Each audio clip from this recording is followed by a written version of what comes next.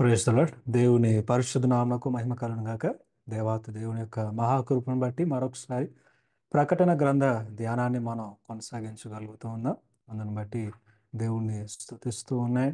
గత వారములో ప్రకటన గ్రంథము యొక్క ఉపోద్ఘాతాన్ని, దాని యొక్క ఇంట్రడక్షన్ని మనం ధ్యానిస్తూ వచ్చాం.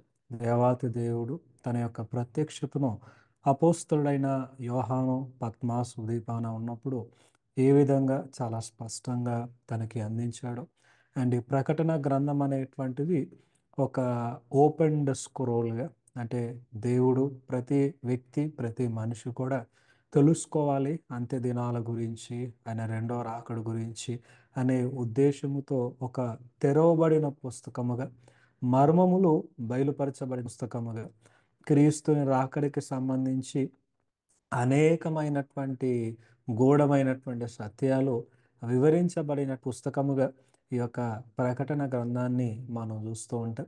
సో ప్రకటన గ్రంథం అనేటువంటిది రాయటానికి అనేక కారణాలు, అనేక ఉద్దేశాలు కూడా గత వారంలో మనం చూడటం జరిగింది. సో ఆ దినాల్లో విశ్వాసులు, సంఘము తీవ్రమైనటువంటి శ్రమలు గుండా వెళ్తూ ఉన్నారు, తీవ్రమైనటువంటి పరిస్థితులు గుండా వెళ్తూ ఉన్నారు, ప్రాణాలు కోల్పోతూ ఉన్నారు. అనేక మంది అపోస్తులు అప్పటికే హతసాక్షులు అయ్యారు. కేవలం యోహాను మాత్రమే సజీవంగా ఉన్నాడు. సో అలాంటి పరిస్థితుల్లో యేసుక్రీస్తు ఆరోహణమై మోర్ దెన్ 60 years, 60 సంవత్సరాల కంటే ఎక్కువ అయిపోయింది. తరం మారిపోతూ ఉంది, తరం అనేటువంటిది ఎండ్ అయిపోతూ ఉంది. మరి యేసయ్య అనేక ప్రవచనాలు చేశాడు, యేసుక్రీస్తు అనేక విధాలుగా ప్రకటించుకుంటూ వచ్చాడు. నేను వచ్చేటువంటి సమయము వరకు, లేక క్రీస్తుని రాకడ, మనుష్య కుమారుడు తిరిగి మహిమతో రావటాన్ని చూసేంతవరకు ఈ తరములో ఉన్నవారు మరణాన్ని చూడరని, లేక మీ మధ్యలో ఉన్న కొందరు మరణించరని యేసయ్య పలికినటువంటి మాటల్ని ఆలోచనలో పెట్టుకున్నటువంటి అనేక మంది ఆ తరము వారు నశిస్తూ ఉన్నటువంటి ప్రక్రియలో, చాలామంది ఆ తరము వారు వెళ్ళిపోయినటువంటి పరిస్థితుల్లో ఒక ప్రశ్న చెలరేగింది హృదయాల్లో. నిజంగా ఆయన వస్తాడా? తరము నశించదన్నాడు, తరము నశించిపోయింది. అపోస్తుల్లో కొందరు ఎవరైతే ఉన్నారో వారు రెండవ రాకడ చూస్తారని చెప్పారు. అపోస్తులు వెళ్ళిపోయారు, పేతురు లాంటి గొప్ప వ్యక్తే వెళ్ళిపోయాడు. సో యేసుక్రీస్తు ప్రభువారు చెప్పిన మాటలు అన్నీ ఉట్టి మాటలేనా? యేసుక్రీస్తు పలికినటువంటి ప్రవచనాలు అన్నీ ఉట్టి ప్రవచనాలేనా? అవి ఎలాంటి ఆధారము లేనటువంటి ప్రవచనాల? సో యేసుక్రీస్తు నిజంగా తిరిగి లేచాడా, లేకపోతే శిష్యులు పుట్టించినటువంటి ఒక పిట్ట కథన, కల్పిత కథన? ఆయన నిజంగా తిరిగి లెగిస్తే ఇంకెప్పుడు వస్తాడు? మరి ఏ విధంగా వస్తాడు? ఏ తరము వారు దాన్ని చూస్తారు? ఇలాంటి అనేక ప్రశ్నలతో వారు ఉంటూ ఉన్నప్పుడు వారి ప్రశ్నలకి జవాబు, వారి కన్ఫ్యూజన్కి క్లారిటీ, వారికి ఉన్నటువంటి సమస్యలు ఏవైతే ఉన్నాయో దానికి సంబంధించినటువంటి విముక్తి, దానికి సంబంధించినటువంటి ప్రామిస్, వాగ్దానము ప్రకటన గ్రంథము ద్వారా దేవాతి దేవుడు బయలుపరచడం అనేటువంటిది మనం చూస్తూ ఉంటాం. So the book of revolution is the answer to every question and is the clarity to every confusion. So అలాంటి పరిస్థితుల్లో రాయబడుతున్న ఈ ప్రకటన గ్రంథాన్ని ధ్యానిస్తూ ఉన్నప్పుడు కొన్ని నియమాల్ని, కొన్ని ఆలోచనల్ని మనం అర్థం చేసుకోవటానికి ప్రయత్నం చేయాలి.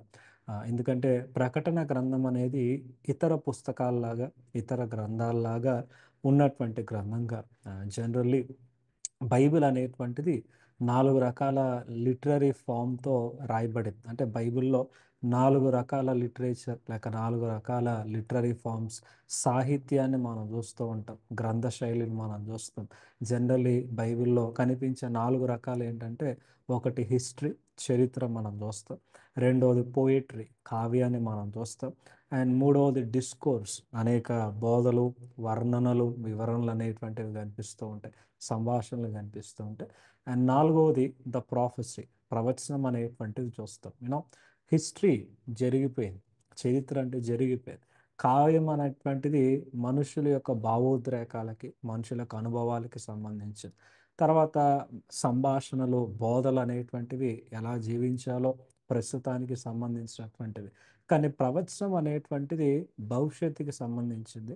ఈ భవిష్యత్తుకు సంబంధించిన ప్రవచనాన్ని అర్థం చేసుకోవాలంటే అయితే మనిషికి కాలజ్ఞానం ఉండాలి. మనిషికి ఒక అతీతమైనటువంటి, గంభీరమైనటువంటి, అసాధారణమైనటువంటి జ్ఞానము గాని, చూపు గాని ఉండాలి.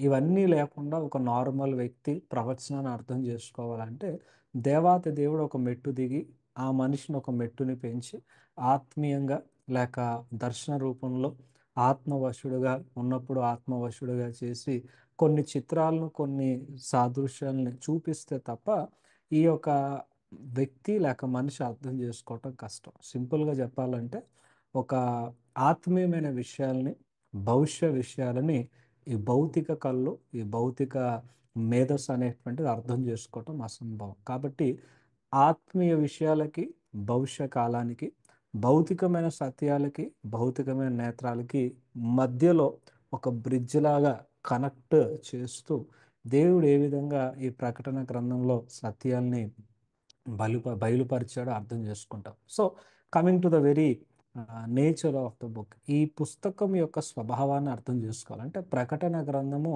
ప్రవచన గ్రంథం కాబట్టి ఈ ప్రవచన గ్రంథంలో ఎలాంటి పదాలు, ఎలాంటి విషయాలు ఏ విధంగా వర్ణించబడుతున్నాయో తెలుసుకోవటానికి ప్రయత్నం చేస్తాం. సో మొదటిగా నేను అంతకుముందు కూడా జ్ఞాపకం చేసిన విధం ఏంటంటే న్యూమరిక్ ప్రొలిఫెరేషన్. సో సంఖ్య విస్తరణ అనేటువంటిది ఎక్కువగా మీరు చూస్తారు. సో ప్రకటన గ్రంథంలో 7 అనేటువంటి సంఖ్య ఎక్కువ కనిపిస్తూ ఉంటుంది.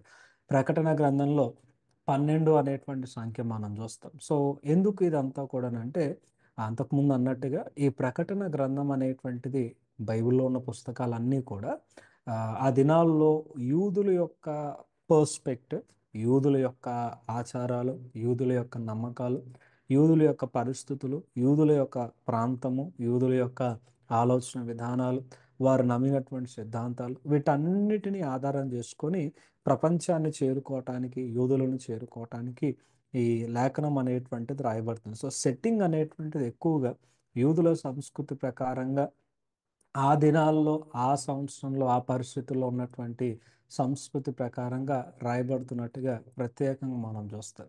సో ఈ సంఖ్యలు 7 అనంటే లిటరల్‌గా 7 మనం తీసుకోవటం కాదు. లేదా 12 అనంటే లిటరల్‌గా 12 తీసుకోవటానికి కాదు. జనరల్లీ ఒక పదాన్ని, ఒక మాటని, ఒక జీవిని 2 రకాలుగా మనం ఉపయోగిస్తూ ఉంటాం. ఉదాహరణకు చెప్పాలి అనంటే అదిగో కోతొచ్చింది అని అన్నామంటే నిజంగా కోతి అనేటువంటిది వచ్చినట్టు.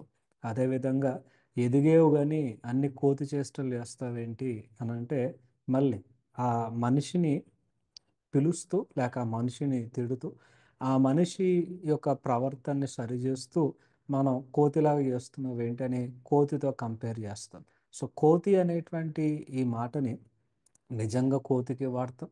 అదేవిధంగా ఇంట్లో పిల్లలు గాని, ఎదిగినటువంటి వారు గాని పిచ్చి చేష్టలు చేస్తే వారికి కూడా వాడతాం అనేటువంటిది చూస్తాం. జస్ట్ కోతి అనేది ఎగ్జాంపుల్ మాత్రమే. ఇలా చాలా పదాలు ఉంటాయి. అంటే చాలా సార్లు ఏం చేస్తామంటే మానవ భాష, మన భాష సరిపోనప్పుడు, ఫ్రస్ట్రేషన్ వచ్చినప్పుడు, చిరాకు వచ్చినప్పుడు, ఎంత తిట్టినా విననప్పుడు, ఎంత చెప్పినా విననప్పుడు, అర్థం కాని పరిస్థితుల్లో ఉన్నప్పుడు when the human language fails, when the literal language fails, then comes the figurative language. అప్పుడు ఒక అసాధారణమైనటువంటి భాష అనేటువంటిది వాడి అర్థం చేపించడానికి ప్రయత్నం చేస్తాం. దేవుణ్ణి అర్థం చేసుకోవటానికి మానవ భాష సరిపోదు. ఆత్మీయ సత్యాల్ని చాలా మటుకు భవిష్య విషయాలను అర్థం చేసుకోవటానికి మానవ భాష సరిపోదు. అందుకని ఏంటంటే రకరకాల చిత్రాల్ని, రకరకాల సంఖ్యల్ని, రకరకాల భాషల్ని వాడి ఒక సంకేతంలాగా, సాదృశ్యంలాగా అర్థం చేపించటానికి ప్రయత్నించినటువంటి గ్రంథం ప్రకటన గ్రంథం. సో ప్రకటన గ్రంథంలో 7 ఆత్మలంటే 7 ఆత్మలు ఉన్నట్టు కాదు. లేక ఒక 7 దీపస్తంభాలంటే 7 దీపస్తంభాలు ఉన్నట్టు కాదు. లేకపోతే 7 ఖడ్గాలంటే 7 ఖడ్గాలని కాదు. ఇలా అనేక పర్యాయాల్లో అక్షరార్థంగా తీసుకునేవి ఉన్నాయి. అదేవిధంగా సాదృశ్యంగా తీసుకునేవి కూడా ఉన్నాయి. 7 సంఘాలు అక్షరార్థంగా నిజంగా 7 సంఘాల గురించి మాట్లాడుతూ ఉన్నాయి. సో బైబిల్‌లో ప్రత్యేకంగా ప్రకటన గ్రంథంలో 2 రకాలుగా మాట్లాడుకుంటూ వెళ్ళారు. ఒకటి అక్షరార్థంగా, లిటరల్‌గా. రెండవది సాదృశ్యంగా, ఫిగరేటివ్‌గా. సో ప్రకటన ధ్యానించేటప్పుడు ఫస్ట్ అండ్ ఫార్మోస్ట్ మనం గుర్తుపెట్టుకోవాల్సింది నేను ధ్యానించేటువంటిది, నేను చదివేటువంటిది ఏది అక్షరార్థంగా తీసుకోవాలి, ఏది సాదృశ్యంగా తీసుకోవాలి, ఏది నేటికి సంబంధించి నేను దాన్ని ఉన్నది ఉన్నట్టుగా తీసుకోవచ్చు, ఏది సాదృశ్యంగా దాంట్లో ఉన్న సత్యాన్ని, దాంట్లో ఉన్న పాఠాన్ని నేను గ్రహించాలి. సో అలాగే 7 అనేటువంటి సంఖ్య, 12 అనేటువంటి సంఖ్య, 40 అనేటువంటి సంఖ్య, ఇద్దరు అనేటువంటి సంఖ్య, ఇలా రకరకాల సంఖ్యలు కనిపిస్తాయి. ఈ సంఖ్యలు అనేటువంటివి కొన్ని అక్షరార్థంగా తీసుకుంటాం, కొన్ని సాహిత్యంగా, కొన్ని మనం సాదృశ్యంగా తీసుకుంటాం. ఇలా అక్షరార్థంగా సాదృశ్యంగా తీసుకుంటున్నప్పుడు యూదుల సంస్కృతిని కూడా ఆధారం చేసుకొని ముందుకు వెళ్ళటం అనేటువంటిది జరిగింది. అప్పుడున్న సెట్టింగ్ని ఆధారం చేసుకొని ముందుకు వెళ్ళటం అనేటువంటిది జరగాలి. రెండవది ఏంటంటే ఈ ప్రకటన గ్రంథంలో ఎక్కువగా సింబాలిక్ పిక్చర్స్, ఇందాక అన్నట్టుగా సంకేత చిత్రాలు అనేటువంటివి వాడుతున్నారు. అంటే ఉదాహరణకు మీరు చూడండి, ఈ ప్రకటన గ్రంథంలో గుర్రాల గురించి మాట్లాడతాడు. తెల్లని గుర్రం, ఎర్రని గుర్రం. సో 4 హార్సెస్, 4 గుర్రాల గురించి కనిపిస్తూ ఉంటాయి. మరలా 19వ అధ్యాయంలోకి వెళ్ళిన తర్వాత, ఇది 6వ అధ్యాయంలో ఉంటుంది. 19వ అధ్యాయంలోకి వెళ్ళిన తర్వాత అక్కడ మళ్ళీ మీకు ఇంకొక తెల్లని గుర్రం కనిపిస్తూ ఉంటుంది. సో ఇక్కడ 6వ అధ్యాయంలో గుర్రం, 19వ అధ్యాయంలో గుర్రం కనిపించింది. రెండు ఒకటే అని మనం అనుకుంటాం, రెండు కూడా ఒకటే అని. లేకపోతే నిజంగానే గుర్రాలని మరి కొంతమంది అనుకుంటారు, కానీ వాస్తవానికి నిజంగా గుర్రాల గురించి మాట్లాడట్లా.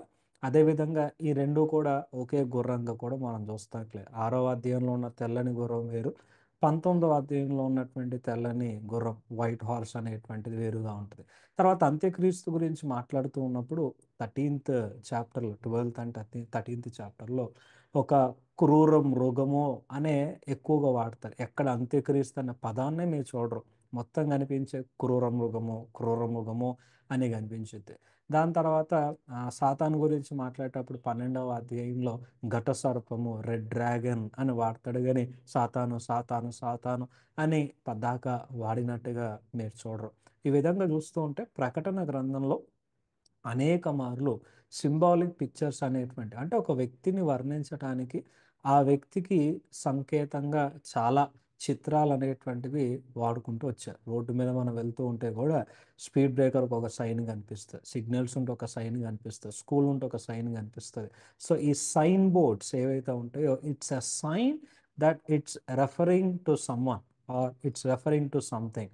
ఒక వ్యక్తిని, ఒక విషయాన్ని గుర్తు చేయటానికి, దాని గురించి మాట్లాడటానికి సంకేతాలు అనేటువంటివి చూస్తాం. ప్రకటనలో కూడా మనకి సంకేతాలు కనిపిస్తాయి. కనిపించే సంకేతాన్ని ఆధారం చేసుకొని ఆ వ్యక్తి గురించి, ఆ సంఘటన గురించి మనం తెలుసుకుంటాం. అంతేగాని సంకేతాన్ని మనం హైలైట్ చేసుకొని దాని మీద రిలై అవ్వటానికి అవకాశం లేదు. ఇంకొక ఉదాహరణ మనం చూస్తే బైబిల్లో ఒకటే పిక్చర్ని ఇద్దరు ముగ్గురు కూడా వాడారు. ఉదాహరణకి యేసుక్రీస్తుని మనం ఏమంటాం, లైన్ ఆఫ్ జూడా అని అంటాం, అంటే యూదా గోత్రపు సింహము అని అంటాం. అదే సింహము అనే పదాన్ని మళ్ళీ పేతురు గర్జించు సింహము అని అపవాదికి కూడా వాడినట్టుంది. అంటే సింహము అనేటువంటిది ఒకటి నిజంగా సింహం ఉంది, రెండోది సింహం అనేది యేసయ్యకి వాడారు, సింహం అనేది సాతానుకు కూడా వాడారు. సింహంలో ఉన్న ఒక రాజసత్వాన్ని యేసయ్యకి వాడారు, అదేవిధంగా సింహంలో ఉన్న క్రూరత్వాన్ని అపవాదికి వాడినట్టుగా చూస్తాం. So kingship is different, cruelty is different. ఈ కింగ్షిప్ అనేది యేసయ్యకి ఇచ్చి దాంట్లో నెగిటివ్ క్రుయాలిటీ అనేటువంటిది సాతానుకు ఆపాదించినట్టుగా ఉంటుంది. అంటే ఒకటే చిత్రాన్ని ఇరువురికి అప్లై చేయటం అనేటువంటిది చూస్తాం బైబిల్లోనే. ఎందుకు ఇవన్నీ చెప్తూ ఉన్నానంటే ప్రకటనలో ఇలాంటివే కనిపిస్తూ ఉంటాయి. సో కన్ఫ్యూజన్ చాలా మటుకు చాలా మందికి ఎందుకు వచ్చిందని అంటే దీని యొక్క సందర్భాన్ని, దీన్ని సంకేతాన్ని అర్థం చేసుకోలేకపోవటం అనమాట. సంకేతం అర్థమైతే, సందర్భం అర్థమైతే సందేశం అర్థమైతే. సో ఎప్పుడైనా సరే ప్రకటనలో ఉన్న సందేశం అర్థం కావాలంటే ఈ రెండు బాగా గుర్తుపెట్టుకో. బైబిల్లో ఉన్న మిగతావన్నీ అర్థం చేసుకోవాలంటే సందర్భం కావాలి, కానీ ప్రకటనలోకి వచ్చేసరికి సందర్భం మాత్రమే కాదు, సంకేతాన్ని కూడా అర్థం చేసుకోవటానికి ప్రయత్నం చేయాలి. సో సందర్భం ఏంటి, సంకేతం ఏంటి, ఈ రెండిట్లో నుంచి మనకు వచ్చే సందేశం ఏంటి అంటే context and the sign or the concept, ఈ రెండింటిని బేస్ చేసుకొని మనం కంటెంట్ని తెచ్చుకోవటానికి ప్రయత్నం చేయాలి. సో స్పెషల్గా ప్రకటన గుండా డైవ్ చేస్తూ ఉన్నప్పుడు, ప్రకటన గుండా ప్రయాణం చేస్తూ ఉన్నప్పుడు ఇది గుర్తుపెట్టుకోవాలి. తర్వాత ఈ ప్రకటన గ్రంథంలో ఉన్న ఇంకొక పదజాలం ఏంటంటే హెబ్రీ పదజాలాలు మీకు ఎక్కువ కనిపిస్తూ ఉంటాయి. ఈ ప్రకటన గ్రంథంలో రమారమి 404 వచనాలు కనిపిస్తూ ఉంటాయి. ఈ 404 వచనాల్లో 278 వచనాలు పాత నిబంధనకి అనుగుణంగా, పాత నిబంధనని ఆధారం చేసుకొని వచ్చినట్టుగా, అంటే పాత నిబంధనని రెఫర్ చేస్తూ ఉన్నట్టుగా మీకు ఉంటుంది. సింపుల్గా చెప్పాలి అని అంటే ఎక్కువగా దానియేలు గ్రంథము, ఎహెచ్కేలు గ్రంథము, కీర్తనల గ్రంథము, ఈ 3 గ్రంథాలను ఎక్కువ ఆధారం చేసుకొని ప్రకటన గ్రంథము వివరణలోకి వెళ్తూ ఉంటుంది. సో ప్రకటన గ్రంథం అర్థం కావాలంటే పాత నిబంధన మీద బైబిల్లో ఉన్న అవగాహన కూడా చాలా ప్రాముఖ్యమైనది. So half of the new book of revolution derives from the old testament. So ఈ 3 బాగా గుర్తుపెట్టుకోవాలి. సంఖ్యలు ఎక్కువగా చూస్తూ ఉంటాం, చిత్రాలు సంకేతాలు ఎక్కువగా చూస్తూ ఉంటాం. అదేవిధంగా పాత నిబంధనలో ఉన్నటువంటి వాక్యాలు, పేరులు, వ్యక్తులు, సందర్భాలు కూడా అనేక మార్లు దీంట్లో మనకి కనిపిస్తూ ఉంటాయి. సో అది ఒక విషయం. దాని తర్వాత ఇంకొక విషయాన్ని మనం చూసి ముందుకు వెళ్దాం. సో ప్రకటన గ్రంథంలో ఎలా ఉంటుందంటే, ఉదాహరణకి ఒక సినిమా మనం తీస్తూ ఉంటే సినిమా తీసేటువంటి వ్యక్తి కెమెరా ఫోకస్ పెడతాడు కదా, కెమెరా మనకి ఎటు చూపిస్తే అదే మనకు కనిపిస్తుంది, చుట్టూ ఇంకేం కనిపించవు. ఆ కెమెరా ఎవరిపైనకు వెళ్తే అది మనం చూస్తాం. ఆ కెమెరా ఎలా స్విచ్ అవుతూ ఉంటే దాని ప్రకారంగా పిక్చర్స్ అనేటువంటివి స్విచ్ అవుతూ ఉంటాయి. Not just movie, take any photography, any videography, ఆ ఫోకస్ మనకు కనిపిస్తుంది. అలాగే ప్రకటన గ్రంథంలో ఎలా ఉంటుందని అంటే, ఒక ఇప్పుడు మనం కెమెరామ్యాన్ అనుకుందాం. ఇప్పుడు మనం కెమెరామ్యాన్ అయితే ఆ, మన మనం తీసేటువంటి పట్టుకున్నటువంటి కెమెరా కాసేపు భూమి మీదకి వచ్చిద్ది, కాసేపు పరలోకం మీదకి వెళ్ళిద్ది. ఇప్పుడు మనం చూసేటువంటి వ్యూవర్స్ అనుకుందాం, వీక్షకులు అనుకుందాం, సో వీక్షిస్తూ ఉన్నాం. సో యోహాన్ అనేటువంటి వ్యక్తి ఫోటోగ్రాఫర్ లేక వీడియోగ్రాఫర్ అనుకుంటే, యోహాను కొన్నిసార్లు భూమి గురించి మాట్లాడుకుంటూ, భూమి మీద గురించి జరుగుతున్నవన్నిటి గురించి మాట్లాడుతూ సడన్గా పరలోకంలో ఉన్న సన్నివేశాలు చూపిస్తారు. సో ఎలా ఉంటుందంటే, it's kind of interplay between heaven and earth. కొద్దిసేపు మనకి పరలోకంలో ఏం జరుగుతుందో చూపిస్తారు, కొద్దిసేపు వెంటనే భూమి మీద ఏం జరుగుతుందో చూపిస్తూ ఉంటాయి. సో ఇవన్నీ ప్యారలల్గా జరగటం అనేటువంటిది ఎక్కువగా మనం చూస్తాం. అంటే ఒకే టైంలో పైన ఎలా జరుగుతుంది, ఒకే టైంలో కింద ఎలా జరుగుతుంది. సో ఆ స్విచ్చింగ్ అనేటువంటిది, ఆ ఇంటర్ ప్లే అనేటువంటిది ఎక్కువగా మీరు చూస్తాం. భూమి మీదకి వచ్చిన భూపరమైన మాటలు మాట్లాడతారు, పరలోకానికి వెళ్ళినప్పుడు పరలోకపరమైన మాటలు, చిత్రాలు అనేటువంటివి చూపించడానికి ప్రయత్నం చేస్తారు. దాని తర్వాత ప్రకటన గ్రంథం యొక్క మెయిన్ ఫోకస్ కూడా దేని మీద ఉంటుందంటే వర్షిప్, ఆరాధన మీద ఉంటుంది. It stresses worship more than any book in the new testament. నూతన నిబంధనలో ఉన్న పుస్తకాలన్నిటికంటే ఎక్కువగా ఆరాధన గురించి మాట్లాడేటువంటి పుస్తకం ప్రకటన గ్రంథం. ద నేచర్ ఆఫ్ వర్షిప్, ఆరాధన ఏ విధంగా జరగాలి, ఆరాధన ఎవరికి చెందాలి, ఆరాధన ఏ విధంగా అర్పించబడాలి, ఇవన్నీ కూడా, ఆరాధన ఎంతసేపు చేయాలి, ఇదంతా ప్రకటనలో మనం చూస్తాం. చాలా వచనాలు మీరు చూస్తూ ఉన్నారు కదా.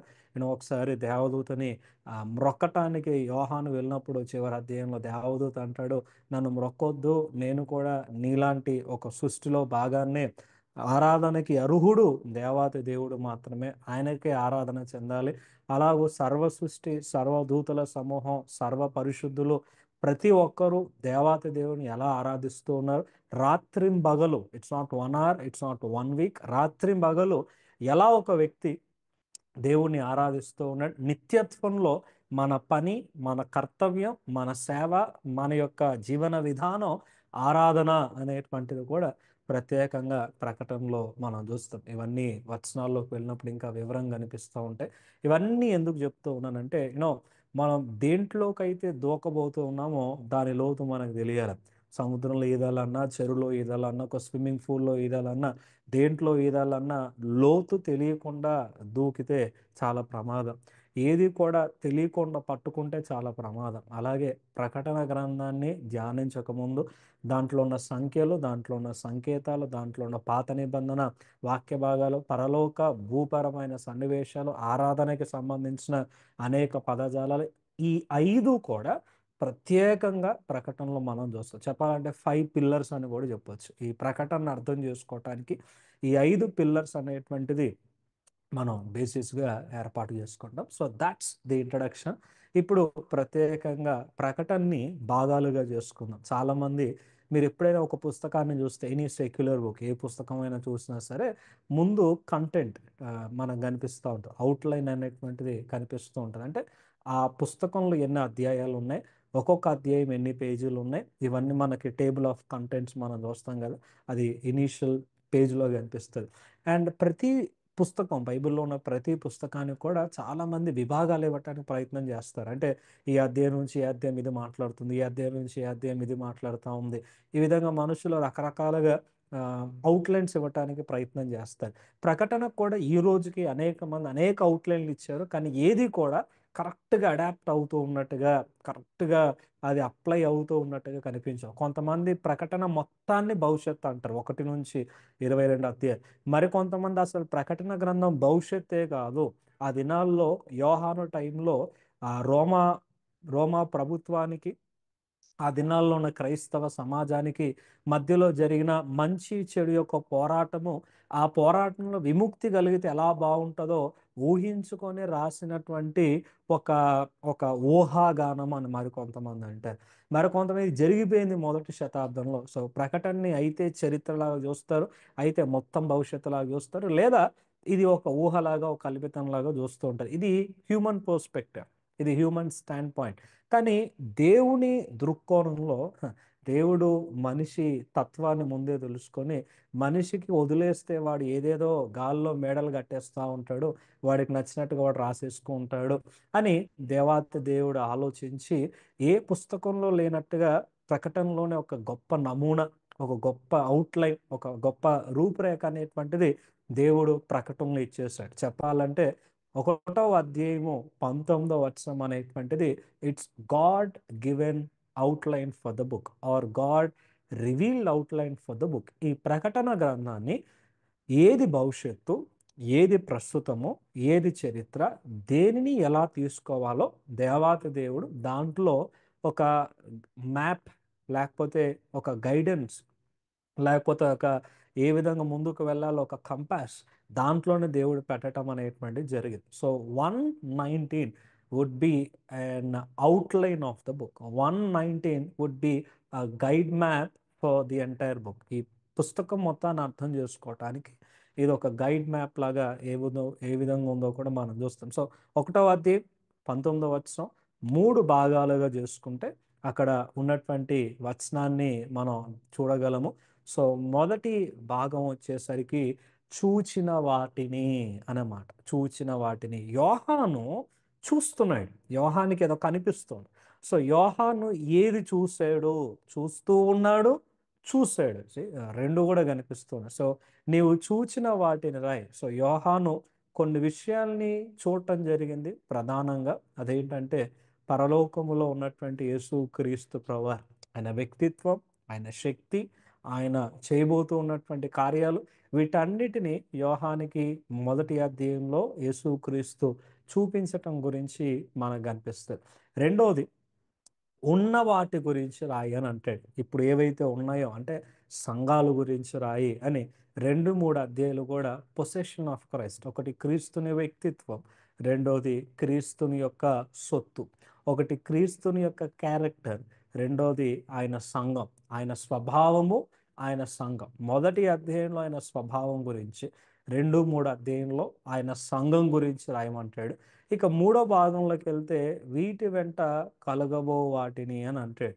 సో 4 నుంచి 22 అధ్యాయులు వీటి వెంట కలగబో వాటిని, యేసు క్రీస్తు ప్రభువారి యొక్క ప్రణాళిక ఏ విధంగా అమలు చేయబడుతూ ఉంది, సో యేసు క్రీస్తు ప్రభువారు ఏ విధంగా ఈ లోకాన్ని పరిపాలించడానికి రారాజుగా రాబోతూ ఉన్నాడు, దానికి ముందు అంత్య దినాలు ఏ విధంగా ఉండబోతూ ఉన్నాయి. సో 3 విషయాల్ని 3 భాగాలుగా ప్రకటనలో మనం చూస్తాం. ఇంకా క్లియర్గా చూడాలంటే you can just look at the picture. ఈ టేబుల్ని, చార్ట్ని చూస్తే ఒక ప్రకటన గ్రంథాన్ని కంప్లీట్గా మైండ్లో పెట్టుకోవటానికి ప్రత్యేకంగా మనం చూద్దాం. సో మొదటిగా 19వ వచనంలో అన్నాడు చూచిన వాటిని రాయి. అంటే చూచిన వాటిని అక్కడ ఉన్న గ్రామాటికల్ స్ట్రక్చర్ ప్రకారంగా, వ్యాకరణ ప్రకారంగా వెళ్తే గతము గురించి మాట్లాడుతున్నాడు. అంటే మొదటి అధ్యాయము ఏదైతే ఉందో ఒక గతం గురించి మాట్లాడుతూ ఉన్నాడు. రెండవది ఉన్న వాటిని గురించి రాయి, అంటే ప్రస్తుతము గురించి. మూడవది కలగబో వాటిని గురించి రాయి, అంటే భవిష్యత్తు గురించి. సో ప్రకటన గ్రంథాన్ని మూడు భాగాలుగా చేసుకోవచ్చు. ఒకటి గతము, రెండవది ప్రస్తుతము, మూడవది భవిష్యత్తుగా కనిపిస్తారు. సో ప్రకటన గ్రంథం 1వ అధ్యాయము, ప్రకటన గ్రంథం 2, 3 అధ్యాయులు, ప్రకటన గ్రంథం 4 నుంచి 22 అధ్యాయులు. సో ప్రకటన గ్రంథాన్ని మనం ఈ విధంగా మూడు భాగాలు చేసుకుంటాం. 1వ అధ్యాయము, 2, 3 అధ్యాయులు, 4 నుంచి 22 అధ్యాయులు. మొదటి అధ్యాయంలో మహిమలో ఉన్న క్రీస్తు. యేసుక్రీస్తు భూమి మీద ఏం పరిచర్య చేశాడో బైబిల్లో, సువార్తలో చూస్తాం. యేసయ్య భవిష్యత్తులో ఏం చేయబోతూ ఉన్నాడో ప్రకటనలో కనిపిస్తూ ఉంటుంది. యేసయ్య ఇప్పుడు మధ్యాకాశంలో ఏ విధంగా ఒక తండ్రి కుడి పార్శ్వమున ఆసీనుడై ఏ విధంగా పరలోకంలో ఉన్నాడు ఏంటనేటువంటి ఒక దృశ్యాన్ని చాలా చక్కగా యోహానికి మొదటి అధ్యాయంలో చూపించడానికి చూస్తాం. సో మొదటి అధ్యాయానికి అంశం ఇవ్వగలిగితే మహిమలో ఉన్న క్రీస్తు, క్రైస్ట్ ఇన్ గ్లోరీ, మహిమలో ఉన్న క్రీస్తు. 2, 3 అధ్యాయులకు అంశం ఇవ్వగలిగితే చర్చ్ ఇన్ ద వరల్డ్, లోకములో ఉన్న సంఘం. ఒకటి మహిమలో ఉన్న క్రీస్తు మొదటి అధ్యాయం, రెండవది లోకములో ఉన్న సంఘము.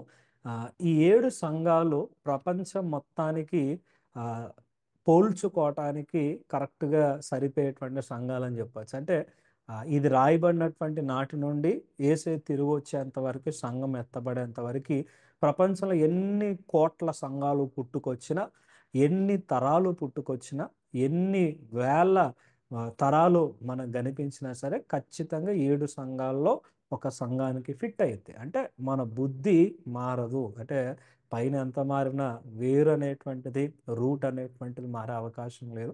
సో ఎన్ని తరాలు మారినా సరే 7 సంఘాల్లో ఏదో ఒక సంఘానికి మనం చెందినాం, అంటే ఆ సంఘం వల్లే జీవిస్తూ ఉన్నాం, ఆ సంఘం వల్లే బ్రతుకుతూ ఉన్నాం అనే అర్థం. సో ఆ, ఈ 2, 3 అధ్యాయులు ఆ, జరుగుతున్నటువంటి విషయాలన్నీ కూడా ఈ యోహాను రాష్ట్ర నాటి నుండి సంఘం ఎత్తబడేంత వరకు కూడా కొనసాగేటువంటి విషయాలు. సో చెప్పాలంటే ఒకవేళ మనం అసోసియేట్ చేసుకుంటే వీఆర్ ఇన్ బిట్వీన్ దాట్. మనం ఆ 2, 3 అధ్యాయుల మధ్యలో ఉన్నాం. 1వ అధ్యాయం జరిగిపోయింది, యోహాను చూసేసాడు ఏసు ఎలా ఉన్నాడు ఏంటనేటువంటిది జరిగిపోయింది. అది మనం చదువుతున్నాం ఇప్పుడు. ఈ 2, 3 అధ్యాయులు సంఘాలు ఎలా ఉన్నాయో కూడా రాసాడు, అవి జరిగిపోయినాయి. కానీ దాని నుంచి మనం అసోసియేట్ చేసుకోవటానికి, అంటే నిజంగా ఈ 2, 3 అధ్యాయులు చదువుతుంటే డైరెక్ట్గా మనతో మాట్లాడుతున్నట్టు ఉంటుంది.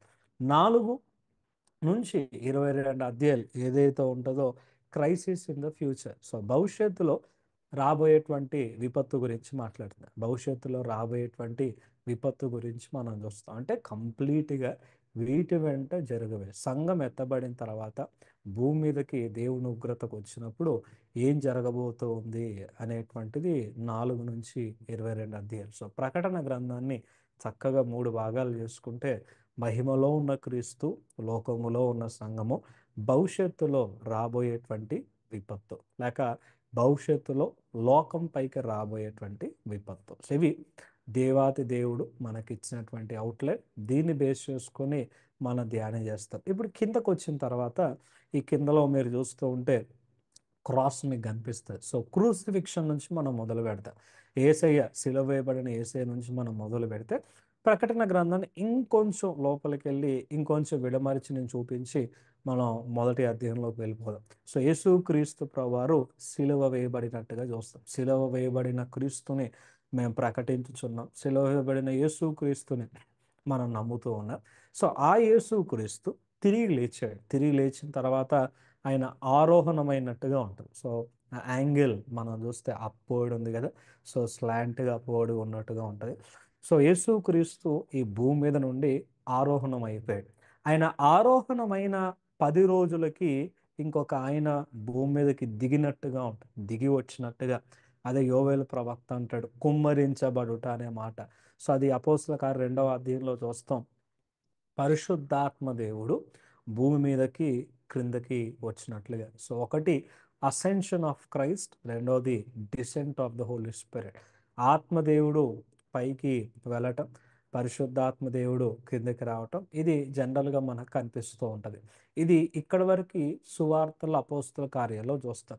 ప్రకటనలోకి వచ్చేసరికి ఈ చిత్రము వేరే రకంగా ఉంటుంది. అదేంటి అని అంటే యేసయ్య పరలోకానికి వెళ్ళాడు. అంటే మధ్యాకాశంలో ఆసీనుడు అయ్యాడు. యేసుక్రీస్తు మధ్యాకాశంలో ఆసీనుడు అయినట్లుగా మనకు కనిపిస్తూ ఉంటుంది. అది మొదటి అధ్యాయంలో మరి ఏం చేస్తా ఉన్నాడు. సో యేసుక్రీస్తు ప్రభువారు మధ్యాకాశంలో ఎలా ఉన్నాడు, ఏం చేస్తానో మొదటి అధ్యాయంలో చూస్తాం. సో సంఘము మొదలైంది, పరిశుద్ధాత్మ కిందకు వచ్చాడు, సంఘం మొదలైంది. ఈ సంఘము ఎలా జీవిస్తూ ఉంది, ఎలా జీవిస్తూ ఉంది, ఎలా జీవించాలి, ఈ రెండు మాటలు, ఎలా జీవిస్తూ ఉంది, ఎలా జీవించాలి. సో సంఘము గురించి 2-3 అధ్యాయాల్లో మనం చూస్తాం. ఏ పరిశుద్ధాత్మ భూమి మీదకి వచ్చిన తర్వాత సంఘము ఎలా జీవిస్తూ ఉంది, ఎలా జీవించాలి, 2-3 అధ్యాయాలు ఉంటుంది. తర్వాత సంఘము ఎత్తబడుతూ ఉన్నట్లుగా ఉంటుంది. ఈ భూమి మీద ఉన్న సంఘము ఎత్తబడుతూ ఉన్న దృశ్యం 4-5 అధ్యాయుల్లో మీరు చూస్తారు. సంఘము ఎత్తబడుతున్న దృశ్యం 4-5 అధ్యాయుల్లో మీరు చూస్తారు. సంఘం ఎత్తబడిన తర్వాత భూమి మీద 7 సంవత్సరాల మహాశ్రమల కాలం మొదలైంది. సంఘము ఎత్తబడిన తర్వాత భూమి మీద 7 సంవత్సరాల మహాశ్రమల కాలం కనిపించింది. అది 6-18 అధ్యాయులు, 4-5 అధ్యాయులు సంఘం ఎత్తబడిన తర్వాత ఏం జరుగుతుంది అనేది, తర్వాత సంఘం ఎత్తబడిన తర్వాత భూమి మీద ఏం జరుగుతుంది అనేది 6-18 అధ్యాయాలు. 4-5 అధ్యాయంలో పరలోకంలో ఉన్న దృశ్యాన్ని చూస్తారు. 6-18 అధ్యాయంలో భూమి మీద జరుగుతూ ఉన్న మహాశ్రమల కాలం కనిపిస్తుంది. ఈ 18వ అధ్యాయం ముగించబడిన తర్వాత సంఘము మధ్యాకాశానికి యేసుని ఎదుర్కోవటానికి వెళ్ళింది కదా, ఆ సంఘము మధ్యాకాశం నుండి యేసుతో పాటు భూమి మీదకి రావటం అనేటువంటిది కనిపిస్తుంది. అది 19వ అధ్యాయం. సో యేసయ్య సర్వ దూతతో తర్వాత వధువును పట్టుకొని సంఘాన్ని పట్టుకొని భూమి మీదకి ఎలా వస్తూ ఉన్నాడో 19వ అధ్యాయంలో మనకు కనిపించింది. యేసయ్య భూమి మీదకి వచ్చిన తర్వాత 1000 సంవత్సరాల పరిపాలన గురించి 20వ అధ్యాయంలో మనం చూస్తాం. సో యేసయ్య భూమి మీదకి వచ్చిన తర్వాత 1000 సంవత్సరాల పరిపాలన గురించి 21వ అధ్యాయంలో కనిపిస్తుంది. ఈ 1000 సంవత్సరాల పరిపాలన అయిపోయిన తర్వాత సాతాను విడిపించబడటం, సాతానుకు సంబంధించి, అంత్యక్రీస్తుకు సంబంధించి, కయ్యను మొదలుకొని చివరి పాపి ఎవరైతే ఉంటారో వారందరూ కూడా క్రీస్తుని న్యాయపీఠం ముందు నిలబడాలి. దాన్నే ధవల సింహాసనము, క్రీస్తుని సింహాసనము, దేవుని మహాసింహాసనము అని కూడా మనకు కనిపిస్తూ ఉంటుంది. So great white throne judgement 21వ అధ్యాయంలో మీరు చూస్తారు. ఇది అయిపోయిన వెంటనే దేవుడు నూతన ఆకాశము, నూతన భూమి, నిత్యత్వాన్ని ఎలా ప్రారంభిస్తూ ఉన్నాడో 21-22 అధ్యాయంలో కనిపిస్తూ ఉంటుంది. సో సింపుల్గా చెప్పాలంటే 1వ అధ్యాయంలో యేసయ్య ఈ రోజున ఏ విధంగా ప్రధాన యాజకుడిగా ఏ విధంగా మన కోసం విజ్ఞాపన చేస్తున్నా చూస్తాం. 2-3 అధ్యాయాలు సంఘాలు, 4-5 అధ్యాయాలు సంఘం ఎత్తబడి పరలోకంలో మధ్యాకాశంలో జరుగుతున్న సన్నివేశాలు, 6-18 భూమి మీద 7 సంవత్సరాల శ్రమల కాలం, 19వ అధ్యాయం యేసయ్య భూమి మీదకి రావటం, 20వ అధ్యాయం 1000 ఏళ్ల పరిపాలన, 21వ అధ్యాయం ధవల సింహాసనము, 21-22 అధ్యాయులు నిత్యత్వం. సో ఇది ప్రకటన గ్రంథంలో ఉన్న ప్రాముఖ్యమైన హైలైట్స్, మనం ధ్యానించబోయేటువంటి ప్రాముఖ్యమైనటువంటి అంశాలుగా మనం చూస్తూ ఉంటాం. సో అది ప్రకటనకి సంబంధించినటువంటి ఇంట్రడక్షన్. సో ఈ రోజున కేవలం మనం మొదటి 3 వచనాలు మాత్రమే చూస్తానికి ప్రయత్నం చేస్తాం. So chapter 1 vision of Christ to John. So ఆ పిక్చర్ని మీరు చూస్తూ ఉంటే తన దర్శనం ఈ విధంగా ఉంది. మొదటి అధ్యాయం అంతటిని సంగ్రహిస్తే, మొదటి అధ్యాయం అంతటిని ఒక సమరీగా తీసుకుంటే, యోహాను మనోనేత్రాలు తెరవబడి, యోహాను ఆత్మీయ నేత్రాలు తెరవబడి ఆత్మవశుడై దర్శన రూపంలో తనకు ఒక దృశ్యం కనిపించింది. ఆ దృశ్యములో యేసుక్రీస్తు ఇలా ఉన్నట్టుగా మొదటి అధ్యాయంలో వివరణ ఇచ్చారు. వాటన్నిటికీ అర్థం ఏంటో మనం తర్వాత స్టడీస్లో మనం చూస్తూ ఉంటాం. సో యేసయ్య ఒక నిలుటంగిని, తెల్లని అంగీని వేసుకొని ఆయన ఒక ప్రధాన యాజకుడు వలె కనిపించినట్టుగా ఉంటుంది. తర్వాత ఆయన చేతిలో, కుడి చేతిలో 7 నక్షత్రాలు ఉన్నట్టు, ఆయన 7 దీపస్తంభముల మధ్య నిలవబడినట్టు. సో ఇది పిక్చర్. మొదటి అధ్యాయం అంతా ఇదే మీరు వస్తారు. సో ఈ దర్శనంలో యేసుక్రీస్తు ప్రభువారు ఒక ప్రధాన యాజకుడిగా, ఒక ప్రధాన కాపరిగా ఉండి, ఆయన కుడి చేతిలో 7 నక్షత్రాలను పట్టుకొని 7 దీపస్తంభాల మధ్య నడుస్తూ ఉన్నాడు, నిలబడి ఉన్నాడు. ఇది యోహానికి కనిపించినటువంటి దర్శనం. సో ఇది మొదటి అధ్యాయం. సో ఈ మొదటి అధ్యాయంలో ఒక్కొక్క వచనంలో దేవుడు మనకి ఇచ్చిన, పొందుపరిచిన అమూల్యమైనటువంటి విషయాల్ని, సత్యాలని గ్రహించటానికి మనం ప్రయత్నం చేద్దాం. చెప్పాలి అని అంటే నెక్స్ట్ చాప్టర్స్ని అర్థం చేసుకోవటం మొదటి అధ్యాయం చాలా ప్రాముఖ్యం అని కూడా చెప్పొచ్చు. ఆ మొదటి అధ్యాయానికి ముందుగా మనం ఇచ్చినటువంటి పేరు మహిమలో ఉన్న క్రీస్తు. యేసయ్య మహిమలో ఉన్నాడు. మహిమ మహిమోన్నతుడుగా ఆయన ఉన్నాడు. ఆయన వ్యక్తిత్వం గురించి చాలా సత్యాలు 1వ అధ్యాయంలో రాస్తూ ఉండే. సో ప్రకటన గ్రంథాన్ని 3 ముక్కలు చేసుకున్నాం కదా.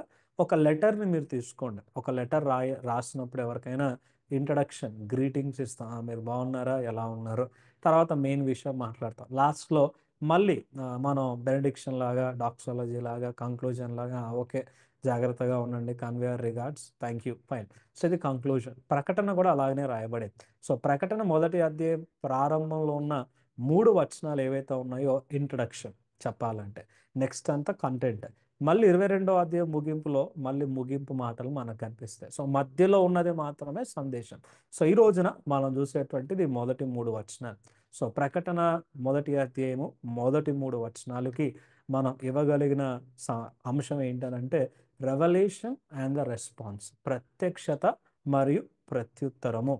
దేవుడు బయలుపరిచాడు, మనిషి ఎలా స్పందించాడు, ఎలా స్పందించాలి, ఈ 2 విషయాలు కనిపిస్తాయి. రెవల్యూషన్ అండ్ ద రెస్పాన్స్, ప్రత్యక్షత మరియు ప్రత్యుత్తరము. సో మొదటి వచనాన్ని మనం చదువుకుందాం. సో మొదటి అధ్యాయము మొదటి వచనాన్ని మనం చదివితే, యేసుక్రీస్తు తన దాసులకు కనుపరుచుటకు దేవుడు ఆయనకు అనుగ్రహించిన ప్రత్యక్షత. యేసుక్రీస్తు తన దాసులకు ప్రత్యక్షపరచుటకు దేవుడు తనకు అనుగ్రహించిన ప్రత్యక్షత. This is a revolution from Jesus Christ comma. This is the revolution from Jesus Christ. ఇది చాలా స్పష్టంగా ఉండాలి. ఎందుకంటే యోహాను ఊహించి రాసింది కాదు, యోహాను కల్పించి రాసింది కాదు, మనుషులు పుట్టించి రాయించింది కాదు. ఇది నేరుగా యేసుక్రీస్తు నుంచి వచ్చింది. సో మొదటి శీర్షిక మనం తీసుకోగలిగింది ఏంటంటే, మొదటి వచ్చిన మొదటి భాగంలో the source of the revolution, ఈ ప్రత్యక్షత యొక్క ప్రారంభం, ఈ ప్రత్యక్షత యొక్క మూలం. ఈ ప్రత్యక్షత ఎవరి నుండి ప్రారంభించబడుతుందంటే యేసు నుంచి. ఈ ప్రత్యక్షత ఎవరి నుంచి వస్తుందంటే యేసుక్రీస్తు. అంటే మానవ ప్రమేయం దీంట్లో లేదు, మానవ ఊహ దీంట్లో లేదు, మానవ కల్పితం దీంట్లో లేదు. మానవుడు తనంతట తాను ఏదో కలలు కనుకొని రాసుకున్న పుస్తకం కాదు. మానవుడు తనంతట తాను ఏదో దర్శనాలు ఊహించేసుకొని దేవుడిచ్చిన దర్శనమనో దేవుడిచ్చిన కళనో పుట్టించేసి రాసినటువంటిది కాదు. ఈ రోజున చాలా దర్శనాలు ఉంటాయి, చాలా కళలు ఉంటాయి, అవన్నీ వ్యక్తిగతమైనవి. ఎవరు కూడా ఆ దర్శనాలని, ఆ కళల్ని తీసుకొచ్చి ప్రకటన 23వ అధ్యాయాన్ని రాయలే, లేకపోతే ప్రకటన 2వ భాగం అని రాయలా. ఎందుకంటే ప్రకటన గ్రంథం అనేటువంటిది మానవ ప్రమేయం లేకుండా, మానవ ఆలోచన లేకుండా, మానవ కల్పితాలు లేకుండా, మానవుడు ఊహించుకొని కల్పించి రాయకుండా ప్యూర్లీ నేరుగా దేవుడి నుంచి వచ్చిందని చెప్తూ ఉన్నాయి. సో ప్రకటన గ్రంథం, ప్రత్యక్షత గ్రంథం దేవుడిది. చాలాసార్లు మనం కూడా ఏం చేస్తామంటే మాట్లాడేటప్పుడు కొన్ని తప్పుడు మాటలు మాట్లాడతాం. ఇంకొక ఎగ్జాంపుల్ నేను ఇస్తే, సువార్తల గురించి మాట్లాడినప్పుడు యోహాను సువార్త, లూకా సువార్త, మత్తయి సువార్త, లేకపోతే మార్కు సువార్త, the gospel of John, the gospel of Matthew అని వారి సువార్త లాగా మాట్లాడతాం. కానీ సువార్త వారిది కాదు కదా. సువార్త ఎవరిది? క్రీస్తు సువార్త, యేసుని సువార్త, యేసుకు సంబంధించిన సువార్త. అందుకనే మార్కు 1వ అధ్యాయం 1వ వచనాన్ని చూస్తే, మార్క్ 1:1, మార్క్ 1:1 చూస్తే దానిలో చాలా స్పష్టంగా ఉంటుంది, the gospel of Jesus Christ written by Mark. యేసు క్రీస్తు యొక్క సువార్త అనే మాట. అందుకనే మనం గాస్పుల్ ఆఫ్ జాన్ అన్నాం, గాస్పుల్ అకార్డింగ్ టు జాన్ అంటాం. యోహాను సువార్త అనము, యోహాను రాసిన సువార్త. సువార్త ఒకటే, 4 సువార్తలు కాదు, సువార్త ఒకటే. కానీ ఆ సువార్తను రాసిన సువార్థికులు 4 ఉన్నారు. అందుకనే వారిని సువార్థికులు అంటాం.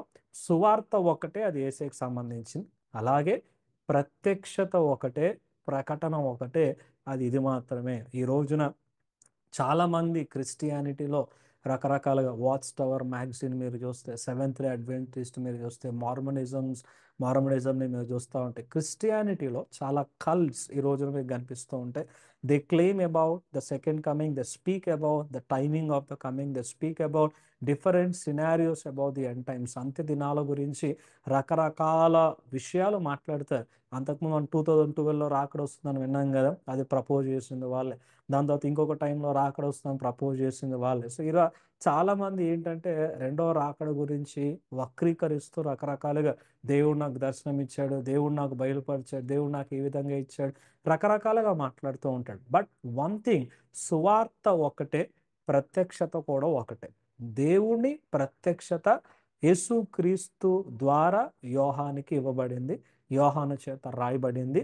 అది నిత్యత్వం. ఒక మనిషి చచ్చి లేచి తీర్పు పొంది నిత్యత్వంలో లేక నరకంలో నిత్యము ఆగిపోని కాలములో ఎలా ఉంటాడో కూడా తెలుపబడినటువంటి గ్రంథం ప్రత్యక్షత గ్రంథం, ప్రకటన గ్రంథం. సో బియాండ్ రెవల్యూషన్ ఏది కూడా అవసరం. అందుకే యేసయ్య అంటాడు, దీంట్లో ఏది కలపకూడదు, దీంట్లో ఏది కూడా తీయటానికి వీల్లేదు. ఇది ముగింపు మాటల్లో మనం చూస్తాం 22వ అధ్యాయం. So do not add Nar remove anything from it. This is the only revolution through Christ given to John. It's not John's vision, it's not John's revelation, it's not people's vision, it's not apostles' vision. It's a vision given by God through Jesus Christ to John. So క్రీస్తుని ప్రత్యక్షత, ఒకే ప్రత్యక్షత దేవాతి దేవుడు ఇచ్చినట్టుగా చూస్తాం. అదేవిధంగా రెండో భాగంలోకి వెళ్ళిపోతే ఎందుకు ఇవ్వబడింది అని అంటే 2 కారణాలు. ఒకటి, ఖచ్చితంగా ఇవన్నీ నెరవేర్తే ఈ సంగతులు త్వరలో సంభవింపవై ఉన్నవి. అంటే ఏవైతే ఉంటూ ఉన్నాయో ఇప్పటివరకు మీరు అందరూ దిగ్భ్రాంతిలో ఉన్నారుగా, జరుగుతాయా లేదా అని, ఇవన్నీ ఖచ్చితంగా జరగబోతున్నాయి అని చెప్పటానికి, అదేవిధంగా యేసుక్రీస్తు ప్రభు వారి యొక్క శక్తి ఎలాంటిదో, ఆయన ప్రభావం ఎలాంటిదో చూపించటానికి. సో ఒకటి, యేసు నుండి వస్తున్న ఒకటే ప్రత్యక్షత. రెండవది, ఈ ప్రత్యక్షత యొక్క ప్రాముఖ్యత గురించి మొదటి వచనం చివరిలో మాట్లాడుతూ ఉన్నాయి. ఇవి ఖచ్చితంగా జరగబోతూ ఉన్నాయి, ఖచ్చితంగా నెరవేరిపోతూ ఉన్నాయి. It's not you cannot use it as a probability. జరగవచ్చు అనటానికి లేదు, ఖచ్చితంగా జరగబోతూ ఉన్నాయి. త్వరలో, తక్షణమే అనల, త్వరలో అనే మాటను వాడినట్టుగా మనం చూస్తాం. మూడవది, 2వ వచనంలోకి వెళ్ళినట్లయితే the sincerity of the recorder. ఈ వ్యక్తి ఈ ప్రత్యక్షత పొందుకున్న తర్వాత తప్పులు రాయట్లా. చాలామంది ఏమంటారంటే తప్పులు రాసిన అవకాశం ఉంది, ఏసే బాగానే ఇచ్చాడేమో, యోహాన్ తప్పులు రాస్తాడేమో అని రకరకాలుగా మాట్లాడతారు. అందుకే 2వ వచనంలో చివరి భాగంలో చూస్తే తెలుగులో ఉంటుంది, తాను చూచినంత మటుకు సాక్ష్యం ఇచ్చాను, తాను చూచినంత మటుకు సాక్ష్యం ఇచ్చాను. ఇంగ్లీష్లో చాలా వండర్ఫుల్గా ఉంటుంది, ఫెయిత్ఫుల్లీ రిపోర్టెడ్ ఎవ్రీథింగ్ హి సా. ఫెయిత్ఫుల్లీ రిపోర్టెడ్ ఎవ్రీథింగ్ హి సా. తాను ఏదైతే చూశాడో చాలా నమ్మకంగా, ఎంత చూశాడో చూచినంత మటుకు, చూసినంత వరకు ఉన్నది ఉన్నట్టుగా యోహాను దీంట్లో రాశాడు. సో మనకి ఇంకొక ఆధారం, ఒకటి, ఇది దేవుడి నుంచి ఎలాంటి కల్మషం లేకుండా వస్తుంది. రెండవది, రాసిన గ్రంథకర్త కూడా దీన్ని ఖచ్చితంగా రాశాడు. రాసిన గ్రంథకర్త కూడా తప్పులు లేకుండా ఖచ్చితంగా దీన్ని నమోదు చేసినట్టుగా మనం చూస్తాం. సో ఇచ్చిన దేవుడు తప్పులతో ఇవ్వాల, రాసిన వ్యక్తి తప్పులతో రాయాల. ఏది చూశాడో దాన్నే రాశాడు, ఏది పొందుకున్నాడో దాన్నే వర్ణించాడు. So that's the sincerity of the recorder. 3వ వచనంలోకి వచ్చిన తర్వాత ఇప్పుడు చదివే వారు గురించి మాట్లాడుతున్నాడు. మొదటి వచనము యేసయ్య నుండి వస్తూ ఉంది, 2వ వచనము రాసిన వ్యక్తి నమ్మకంగా రాస్తూ ఉన్నాడు, 3వ వచనము చదివేటువంటి వ్యక్తులు ఎట్లుండాలా. అందుకనే 3వ వచనంలో ఉంటుంది కదా, సమయము సమీపించినది కనుక ఈ ప్రవచన వాక్యములు చదువువాడును వాటిని విని ఇందులో రాయబడిన సంగతులు గైకొనువాడును ధన్యులు. So standpoint of the reader, పాఠకుని యొక్క పని. ఈరోజు ఈ ప్రకటన గ్రంథాన్ని యేసయ్య బయలుపరిచాడు, అయిపోయింది. యోహాను నమ్మకంగా రాశాడు, అయిపోయింది, బైబిల్లో. దీన్ని ధ్యానించేటువంటి మనము 3 పనులు చేయాలని చెప్తూ ఉన్నాయి. ఒకటి, ఈ మాటల్ని చదవాలి. రెండవది, వీటిని గ్రహించాలి లేకపోతే వినాలి. మూడవది, వీటిని పాటించాలి. 3 things. ఒకటి, వీ నీడ్ టు రీడ్. రెండోది, వీ నీడ్ టు అండర్స్టాండ్. మూడోది, వీ నీడ్ టు అప్లై. ప్రతి జీవితానికి ఇదే అని కాదు, ఏదైనా సరే వాక్యాన్ని మనం చూస్తూ ఉన్నప్పుడు చదవటం మాత్రమే కాదు, అర్థం చేసుకోవాలి. అర్థం చేసుకోవటం కాదు, దాన్ని మనం పాటించాలి. అప్పుడు వాడిన పదం ఏంటంటే ధన్యులు అనే మాట, ధన్యులు. సో ప్రకటన గ్రంథంలో 7 ధన్యతలు ఉన్నాయి. 7 మార్లు ధన్యుడు, ధన్యులు అనే పదాన్ని 7 మార్లు వాడినట్టుగా మీరు చూస్తారు. ఎలాగైతే బియాటిట్యూడ్స్ వేసే కొండ మీద ధన్యతల గురించి మాట్లాడతాడు, ప్రకటన గ్రంథంలో కూడా ధన్యతల గురించి ఉన్నాయి. అంటే అంత్య దినాల్లో జీవిస్తున్న విశ్వాసులు దీన్ని చదువుతూ ఉన్నప్పుడు వారు ధన్యులుగా జీవించటానికి, ధన్యత కలిగి జీవించడానికి, దీవించబడి దేవాతి దేవుని గురించి లోకంలో సాక్షులుగా బ్రతకటానికి ప్రకటన గ్రంథంలో 7 ధన్యతల గురించి మాట్లాడుతూ ఉన్నాయి. సో మొదటి ధన్యత మనం చూస్తే మొదటి అధ్యాయం 3వ వచనం ఇందాక అన్నాం కదా, వాక్యాన్ని చదవాలి, ఈ వాక్యాన్ని అర్థం చేసుకోవాలి, ఈ వాక్యాన్ని పాటించాలి. చదివితే సరిపోదు, అర్థం చేస్తే సరిపోదు, పాటించేటట్టు కూడా ఉండాలి. సో ఈ మూడిటి గురించి వారు ధన్యులు. రెండవది 14వ అధ్యాయం 13వ వచనంలో చూస్తాం, 14 verse 13, blessed are the dead who die in the Lord from now on. మన 14వ అధ్యాయంలోకి వెళ్ళినప్పుడు దీన్ని బ్యాక్గ్రౌండ్ నేను చెప్తా, కానీ ఇప్పటికి అర్థం చేసుకుంటే ప్రభువునందు మృతి నొందు మృతులు ధన్యులు, ప్రభువునందు మృతి నొందు మృతులు ధన్యులు. ఇంకో రకంగా చెప్పాలంటే ప్రభువు కొరకు హతసాక్షులైన వారు ధన్యులు, ప్రభువు కొరకు వారి ప్రాణాన్ని లెక్క చేయనటువంటి వారు ధన్యులు, ప్రభువు కొరకు వారి సాక్ష్యం కొరకు ప్రాణాన్ని అర్పించటానికి కూడా సిద్ధంగా ఉన్నటువంటి వారు ధన్యులు, వారు నమ్ముకున్న దేవుని కొరకు దేన్నైనా త్యాగం చేసే తెగింపు కలిగిన విశ్వాసం గలవారు ధన్యులు అని 14వ అధ్యాయం సందర్భానుసారంగా మాట్లాడుతూ ఉంటాయి. సో ఒకటి, వాక్యాన్ని పాటించువారు ధన్యులు. రెండవది, దేవుని కోసం తెగించువారు ధన్యులు.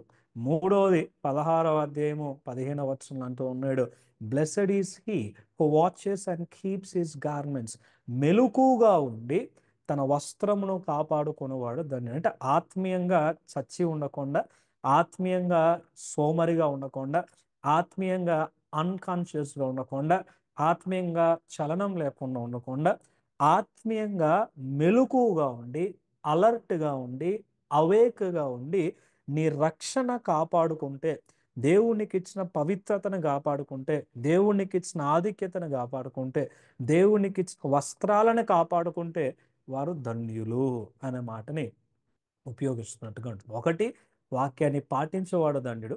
రెండు, క్రీస్తు కోసం తెగించేవాడు ధన్యుడు. మూడవది, ఆత్మీయంగా వెలిగించబడి తన రక్షణ కాపాడుకునేవాడు ధన్యుడు.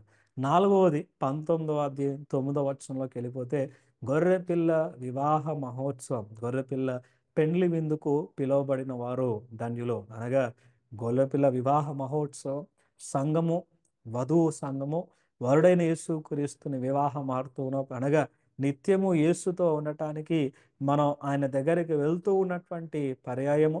కాంటెక్స్చువల్గా తీసుకుంటే ఆ దినాలలో యేసు క్రీస్తు ప్రభువారితో నిత్యము మనం ఉండబోయేటువంటి ఆ వివాహ మహోత్సవం ఏదైతే ఉంటుందో దాంట్లో పాలు పంపులు పొందుకునేవారు ధన్యులు. సింపుల్గా చెప్పాలంటే ఎత్తబడే గుంపులో ఉండేవాడు ధన్యుడు.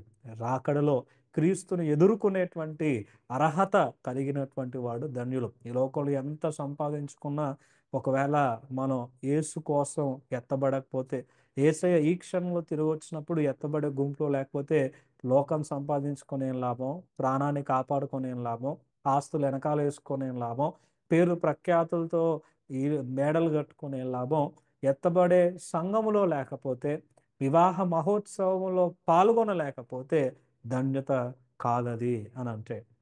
20వ అధ్యాయం 6వ వచనంలో, blessed is he who has part in the first resurrection, పునరుత్థానము పొందుకున్నవాడు దాన్ని. ఇది మొదటి పునరుత్థానము, సందర్భ సహితంగా పాత నిబంధన పరిశుద్ధుల గురించి ఇది మాట్లాడుతుంది. మనం ఒకవేళ పాఠాలుగా మనం తీసుకుంటే, దేవుని ఎత్తబడే గుంపులో ఉండి పునరుత్థానంలో పాల్గొనటం, తిరిగి లెగటం, ఈ క్షయమైన శరీరాన్ని విడిచిపెట్టి అక్షయమైన శరీరాన్ని ధరించుకోవటం, the incorruptible flesh, glorified flesh, మహిమ శరీరాన్ని పొందుకోవటం ధన్యత.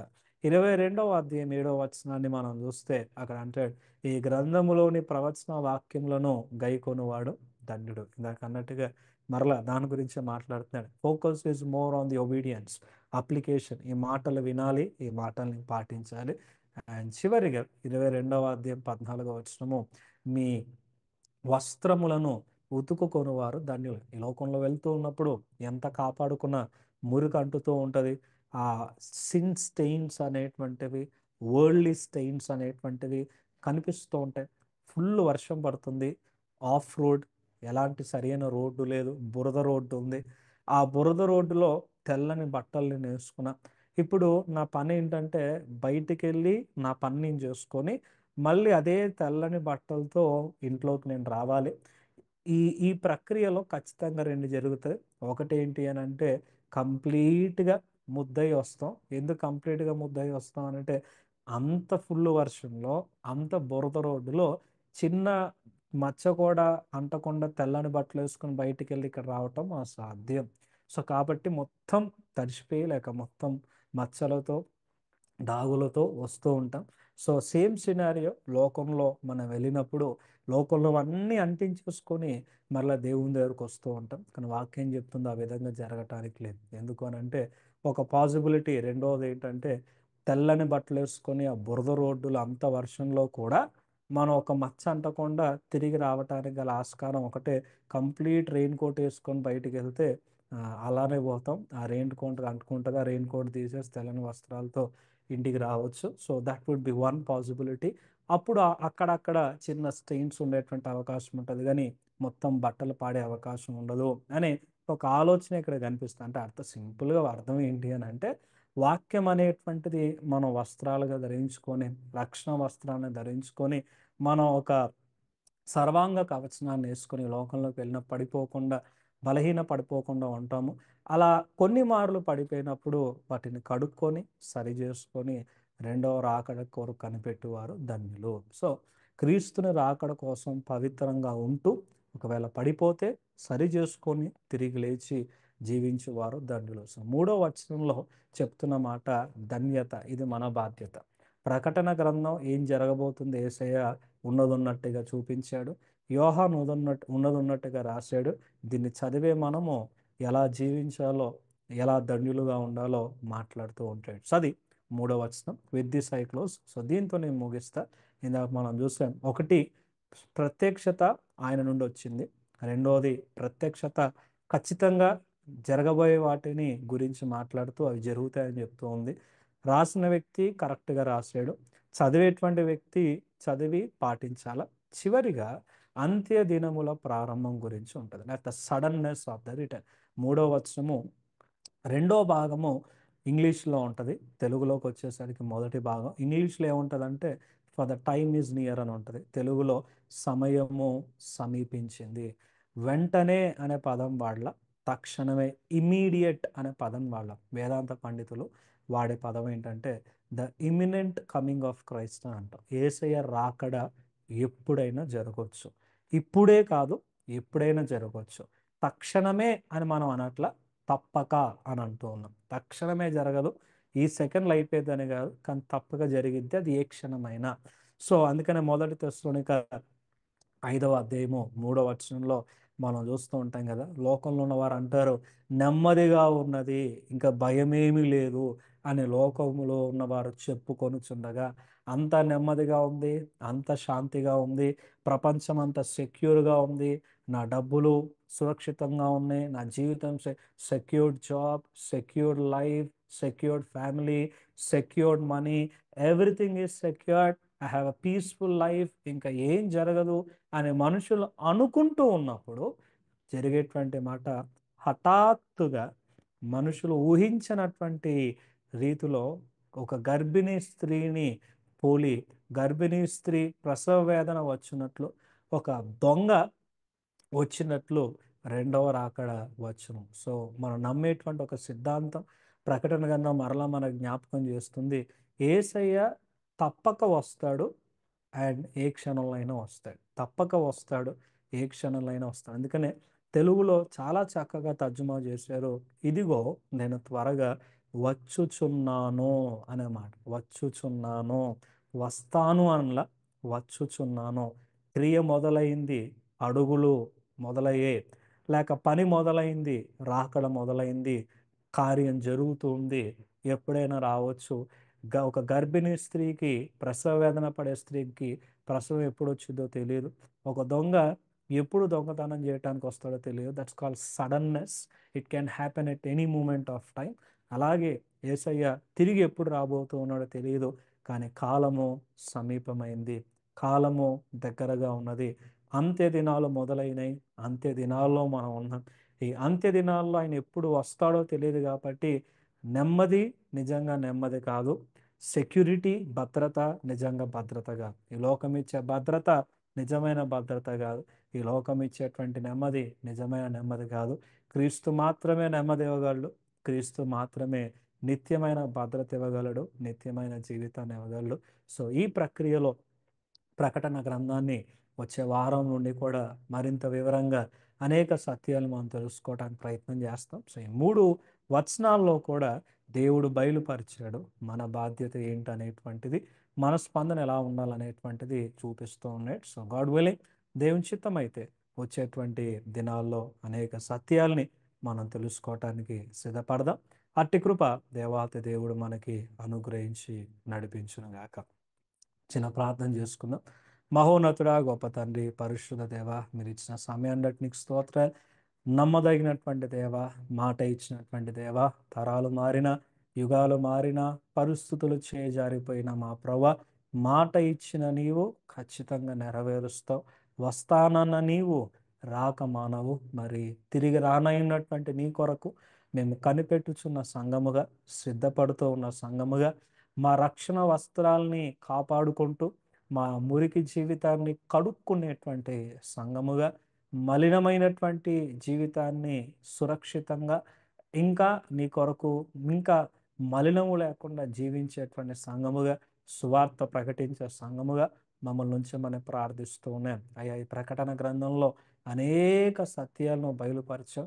ఒక్కొక్కటి మేము నెమ్మదిగా, లోతుగా, నీ వెలిగింపుతో, నీ యొక్క జ్ఞానముతో అర్థం చేసుకోవటానికి, మా ఆత్మీయ జీవితాన్ని కట్టుకోవటానికి, బలపరుచుకోవటానికి, తప్పుల్ని సరి చేసుకోవటానికి, నీ పట్ల వైఖరిని మార్చుకోవటానికి, రాకడ కొరకు సిద్ధపడటానికి ఈ అధ్యాయం ఉపయోగపడే కృపను దయచేయండి. ఈ రోజున సంఘం అంతటిని మీరు జ్ఞాపకం చేసుకొని నీ కృపలో వర్తిలింపజేసి, వ్యక్తిగతంగా, కుటుంబంగా పాల్గొన్న ప్రతి ఒక్కరిని మా ప్రభా పేరు పేరు చొప్పున దీవించి నీ వాక్యముతో ఇంకనూ ఫలభరితం చేసి నీ శక్తితో నింపమని ప్రార్థిస్తూ ఉన్నాను. ఈ రాత్రికాల సమయంలో చక్కని నిద్ర మాకు దయచేసి సురక్షితంగా ఉంచి మరలా మేము కలుసుకునేంత వరకు నీ సన్నిధి భద్రత మాతో ఉంచి నడిపించమని ప్రభువైన యేసుక్రీస్తు నామములో అడిగి వేడుకుంటూ ఉన్నాము తండ్రి. ఆమేన్.